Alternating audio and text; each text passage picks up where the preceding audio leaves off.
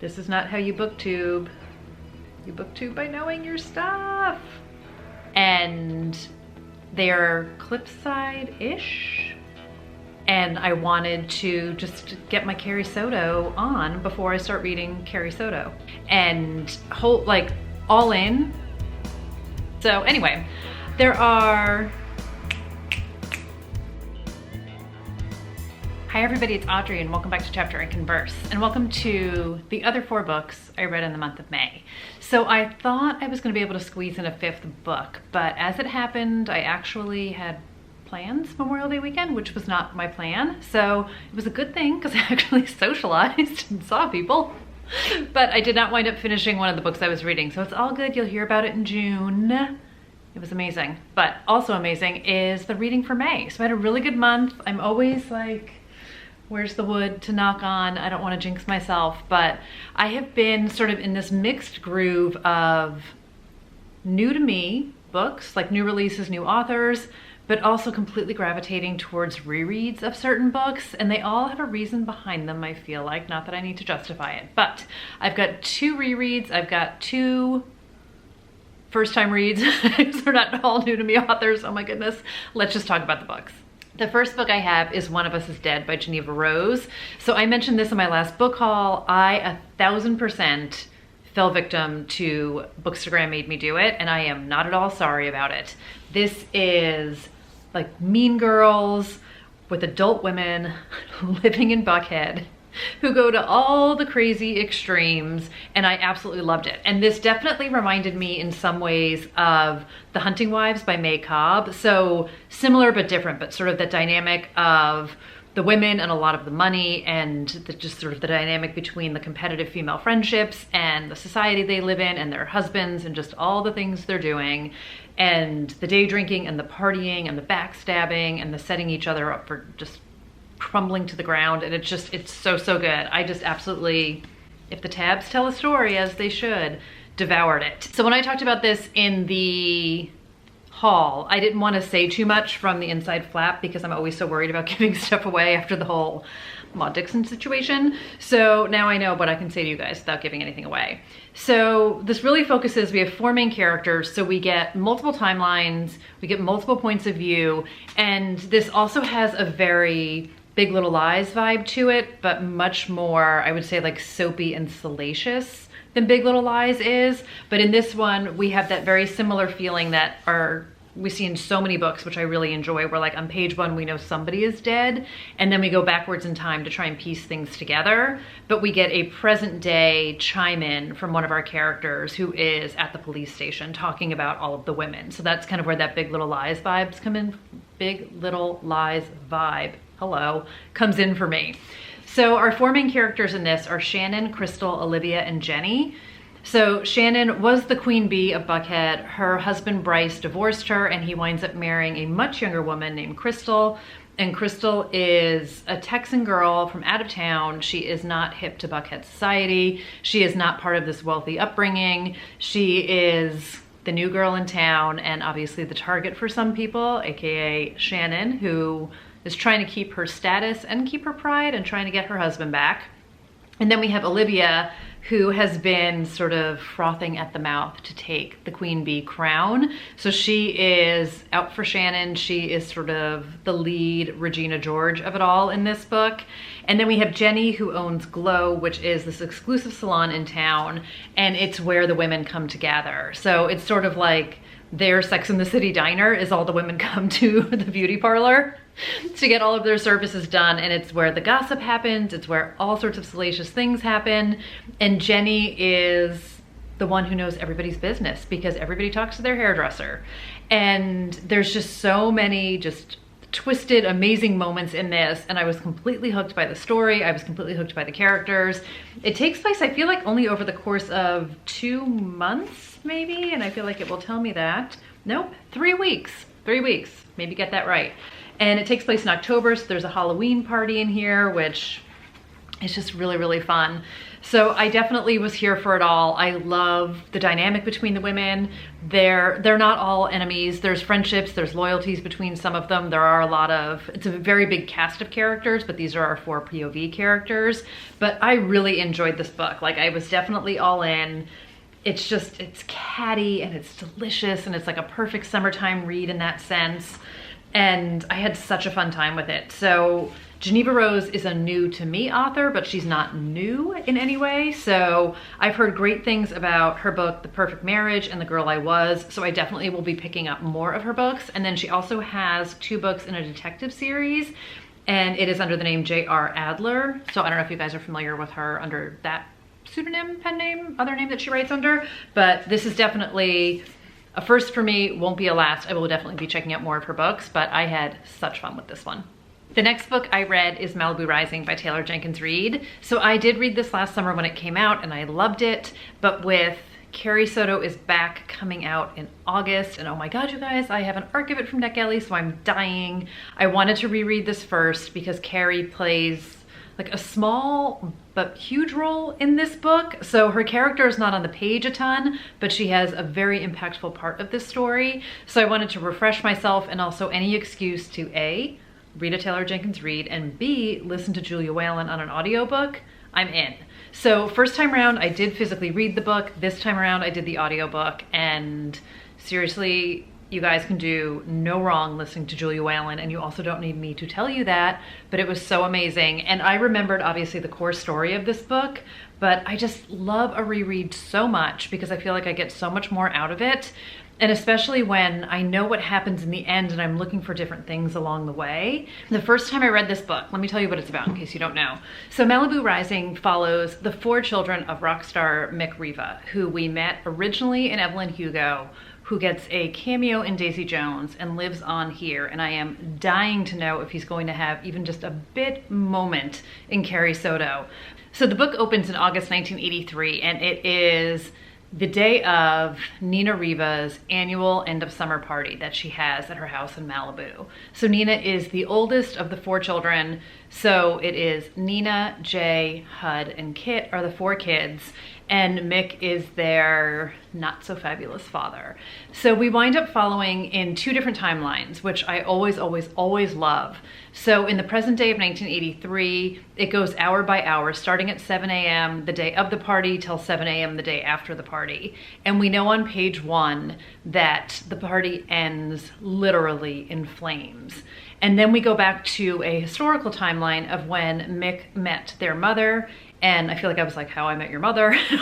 Just not at all what it's like, but it just sounded like that. And then we get the entire backstory of their childhood and growing up and all of the connections and all of the things. So I have to say, the first time I read this book, I loved it to pieces. I love everything Taylor Jenkins Reid does, but I often don't gravitate towards like real historical fiction. So I know technically this is considered historical fiction because it's the 80s, which I can't even begin, you guys. I can't do it. I won't do it. But I felt like I wanted to only be in the 80s timeline. But when it would flip back to Mick and June, who is the mom, when they meet, I was like, ugh, I just want to be back in the present day timeline. But I will say the second time around, and I think part of it lends to what I was saying, where when I know the entire story, the second go, I'm looking for different things. I really appreciated the past timeline more this time around, and I enjoyed it a lot more, which is not to say again that it wasn't good the first time around, but I was just like, bring me back to the 80s, please. Like, bring me back to the party. So I just absolutely loved this book, and I just love these characters so much, and I love what she does, and her words are beautiful, and the relationships are beautiful, and this is complicated sibling relationships. This is complications with parent-child relationships. We get into romantic relationships that the siblings have, which is where Carrie Soto plays a part. And I just love watching literally sort of everything burn to the ground, and that whole concept of rising from the ashes and the amount of things that can take place in a 24-hour period. But the other thing that I love is this is all set in that same universe. So you get winks and nods to her other books. She does such a great job of not necessarily calling out certain celebrities, although she does name drop a few, and I love her Jennifer Beals name drop in here, who did the audio narration of Daisy Jones. But you feel like you're in Malibu, you can feel the beach, you can feel the sand on your feet. There's a great line in here about the sand, and I had somebody ask me in one of my comments if I could share some of the quotes that I highlight in here or that speak to me, and you guys, this book is dog-eared to an amazing amount, but I did flag 2 particular pages with pink tabs when I was going through it with the audiobook, and I'm not sure, it actually looks like I missed them the first time around. A lot of the times it's just a turn of a phrase or the way she describes like a facial expression, and there's a line in here that of course I can't find where she talks about how Hud has sand on his feet, and it's like how they always have sand on their feet because they're always on the beach, they're always surfing, they live on the beach, their house has sand all over it, like just that complete sensation. And I feel like you can picture, and it just says so much about the character, and something just as small as that one line. And then there's another line from June, and she says, she's thinking in her head, "I will be more than just this," June thought to herself. "I am more than just a woman he left." And it's just those moments where they hit in the moment, and I just feel like they're so well spoken and they tell so much. And I feel like that is one of the many, many joys and beauties of her writing, is in a single line she can convey so much about a person's character, about how they're feeling, about their story, about their entire journey into one place, or to this one moment, or everything that has led to this, or their entire past. Like she can just capture, Taylor Jenkins Reid can just capture so much in a single line, and it's just absolutely brilliant. So long story short, surprise, surprise, I loved it even more the second time around. I gave it 5 stars the first time, 5+++. And then I'm gonna be picking up Carrie Soto soon. Like I said, I wanted to read this first and get back into this world, and I will keep you guys posted on that when I do read it, but this was just brilliant. I'm so happy I reread it. The next book I read is Why Didn't They Ask Evans by Agatha Christie. And I wound up listening to the audiobook of this, and this is narrated by Amelia Fox, and this was so much fun. So if you guys saw my vlog from, it's probably like a month ago now, I watched the Britbox miniseries of this that just came out, I think it came out in the end of April, and I loved it so much. So I had not read the book before, and normally I know, I would read the book before I watched the movie or TV show, but in this case, I was so excited for it. I was already in the midst of a Britbox subscription, so I was not going to resist watching it, and it was so well done. You can see it all. I'll find the vlog and link it for you guys. I just loved it so much. And I have to say, they did such a fantastic job of honoring the book in the TV show, but I still think you could certainly enjoy the book before or after watching the TV show, because I totally did. And to some degree, I almost feel like it helped me more because in typical Agatha Christie fashion, she has a ton of characters in this, so it helps me sort of keep everybody straight because I could envision the actors in my head when I was listening to the book.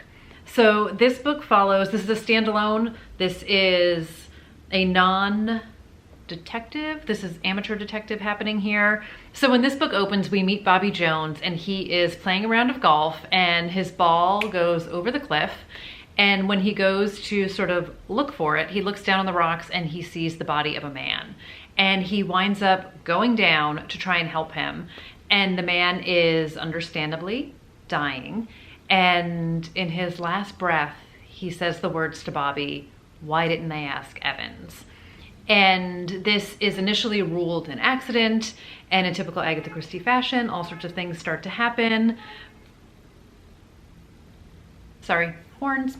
But Bobby cannot shake these last words that are uttered by this man, and he becomes sort of somewhat haunted and obsessed with it. And with his fantastic, probably my favorite character in an Agatha Christie book to date, and probably one of my most favorite characters to date, we have Lady Frances, aka Frankie, and they were friends when they were younger, and they are living in this town together again, and they sort of wind up pairing up and trying to figure out what the mystery is behind this man and how he died and who is Evans.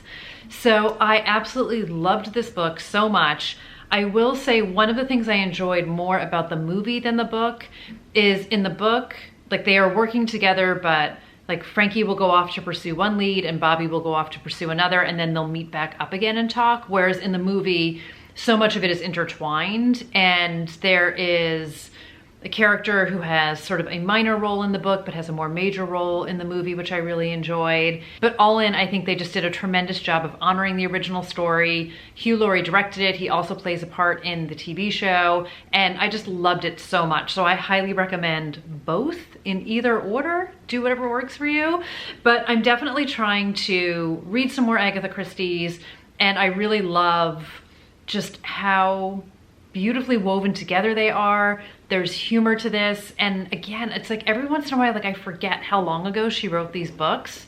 And Frankie is just such a dynamic, amazing character that I can't scream enough about her. And in the show, in the book, but she just is absolutely amazing. And she's definitely one of my favorites. But I thought this was so much fun. I really enjoy a lot of her standalone books. And this one was originally published, it says, as the Boomerang Clue, which doesn't mean anything to me. I know some of her books have changed titles and I remember the originals, but this one I don't. But it's really, really well done. It's great fun. And if you are looking for another Agatha Christie to read or trying to get into some of her books, this is definitely a great place to start. And I loved it. I'm so glad that I listened to it. It was so good, so good. And the audiobook, again, tremendous, just tremendous. And then the last book I have, which is another reread, is Gone Girl by Gillian Flynn. So it's the 10-year anniversary of Gone Girl, and I actually have a whole separate vlog on this, which I will put together for you guys, which I haven't put together yet. So long story short, I had done my research. I knew it was the 10-year anniversary of Gone Girl, and I like to think that I'm pretty good with my research, but apparently with this one I was not. So I found that the original pub date was June of 2012. So I was like, this is great, and I'm gonna read it, and I'm gonna do the vlog, and I'm gonna post it on the 10-year anniversary. But then at the end of May, Gillian Flynn posted on her Instagram that it was the 10-year anniversary on like May 24th. And I was like, I'm sorry, what? I have a whole other week plus to finish reading this. What are you doing, Gillian? So apparently her proof is better as the author, but it didn't change anything about the fact that I still put together the vlog. So I will get that up for you guys, which is just more of like my real-time thoughts reading it 10 years later. I have read this book multiple times, but for the first time, I actually listened to the audio of this. So I did not do my research. It's Julia Whalen is Amy Dunn, and then, wait for it. Okay, Julia Whalen and Kirby Hayborn. So I am not familiar with. Julia Whalen, we just talked about her with Malibu Rising. And what I will also say about Julia Whalen, and I have listened to many books by her, is if I didn't know who was narrating these books, I don't think I would have connected that it's her, because the talent that goes into being different characters is just absolutely spellbinding. But I love this book so much, you guys. I read this when it first came out. I read it probably in June 2012, because I probably bought it a week later. And I just remember, like so many people, I feel like this was such a pivotal book for me as a reader and as a writer, and nobody can deny the impact this had, I feel like, on the entire psychological thriller genre. But I loved it so much, and the audio was tremendous. Now, I have not read this book in quite a few years. And I know the story very, very well, I believe, and I feel like I knew the story really, really well. I've also seen the movie a bunch of times, so there definitely is a little bit of, was that the movie or was that the book? Gillian Flynn did the screenplay for the movie, which is also what I think makes it amazing, and I also watched that as part of the vlog, so eventually, wait for it, it's coming. But I forgot parts of like the details. Like I remember the core part, and I think, and I won't talk spoilers here in case there's anybody out there who hasn't read this yet and would like to read it. I do talk spoilers in the vlog, but I know the big parts of it, obviously. And in my head, this was just sort of going from the gate. But this really is a slow burn start of a book, which I didn't remember, because I also feel like in the movie, things are happening really fast. And even though at the beginning, it's their 5th wedding anniversary and Amy is missing. So that happens out of the gate. But there is such a slow build to things really kind of like ratcheting up and like the pages starting to turn feverishly.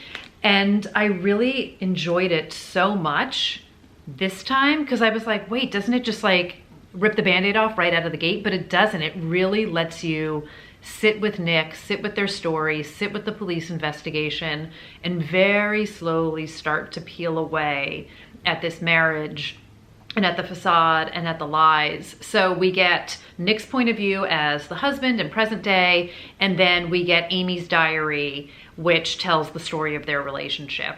And I kind of forgot, and I talk about this in the vlog, how amazing our first introduction to Amy is. I just love her.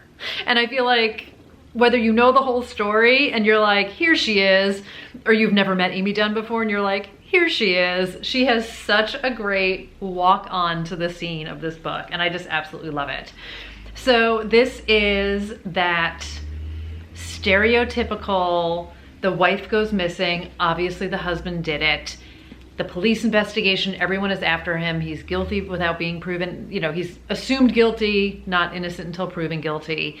And you just see such an incredible unraveling of people and of their lies and of their secrets. And I just loved it so much. The darkness of this book, the brilliance of her writing. She crafts, much like Taylor Jenkins Reid, such incredibly beautiful sentences. I have not looked ahead to pull out sentences in this book that are amazing. So this is another book where I'm hard pressed to read a quote that's not going to give something away. But early in the book, so when we are going through Amy's diary, Nick and Amy meet when they're in New York City, and they wind up eventually both losing their jobs and moving back to Missouri, where Nick is from, to take care of his mother who is sick. So in Amy's timeline, we are getting their New York City life. And a lot of times things that resonate with me in books are places, are things that are familiar to me.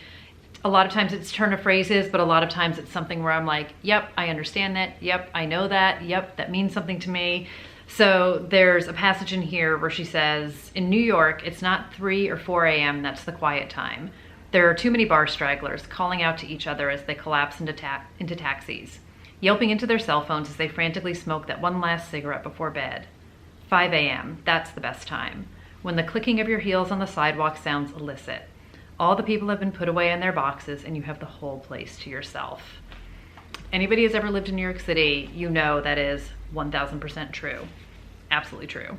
And then there's another line where Amy is talking about when she meets Nick and they've started dating, and she said, you have the same rhythm, click, you just know each other. All of a sudden you see them reading in bed and waffles on Sunday and laughing at nothing and his mouth on yours. And it's so far beyond fine that you know you can never go back to fine. That fast you think, oh, here is the rest of my life. It's finally arrived. So I just love it. I feel like she captures the city, she captures that feeling of falling in love with someone, and there's so many more amazing lines, but I was just looking and they give away far too much. And I feel like anyone familiar with this book, the cool girl speech is just the entire page after page of the cool girl speech. And what I love about the cool girl speech is Gillian Flynn said she wrote it sort of for herself to understand Amy, and it was never meant to be included in the book. And I feel like it's part of the book that everybody quotes and everybody talks about. So there you go. There you go. But I hope there's more coming from her. So she did, in her post that she wrote, talk about how she says something that's kind of a giveaway. She said she would not rule out writing a sequel to this book. That's not the giveaway part, but I was about to give away something from the plot. So she said she would not rule out writing a sequel to this book. So here's hoping. And I know she's done a lot of TV since this, but this is her last novel. And I know I am in very good company with other people who are just so desperate for more Gillian Flynn. But like I said, I did a whole vlog on it. I will put that up when I put that up. So I'm sorry I missed the 10-year anniversary, but if ever there was a time to read this book, this is certainly it. I know there's a 10-year anniversary edition that comes out where I think we get like an extra chapter from Amy, or we get Amy's point of view on something. I'm not totally sure. I was really, you know me, thirsty with all the books here, hoping that there was gonna be like a special edition book. So I don't know, maybe it'll still happen, but I know that there is a 10-year anniversary that does have a little bit of extra content in it. So anyway, that was a lot, but here you go. Gone Girl. Loved it. Same. It was 5 stars. It's like 5+++. So that's gonna do it for everything else that I read in May. So I will link part 1 down below in case you guys missed that. And then I'm very happy to say I've already finished 2 books in June and I loved both of them. If you follow me on Instagram, you'll know that. And I'm just hoping for a really good month of reading. But let me know, of course, as always, you guys, what was your favorite of May? What are you most looking forward to? What are you reading now? Thank you, of course, again, always for being here and for watching. I really, really appreciate it. You guys are amazing. And I will see you guys in another video very soon. Bye, everybody.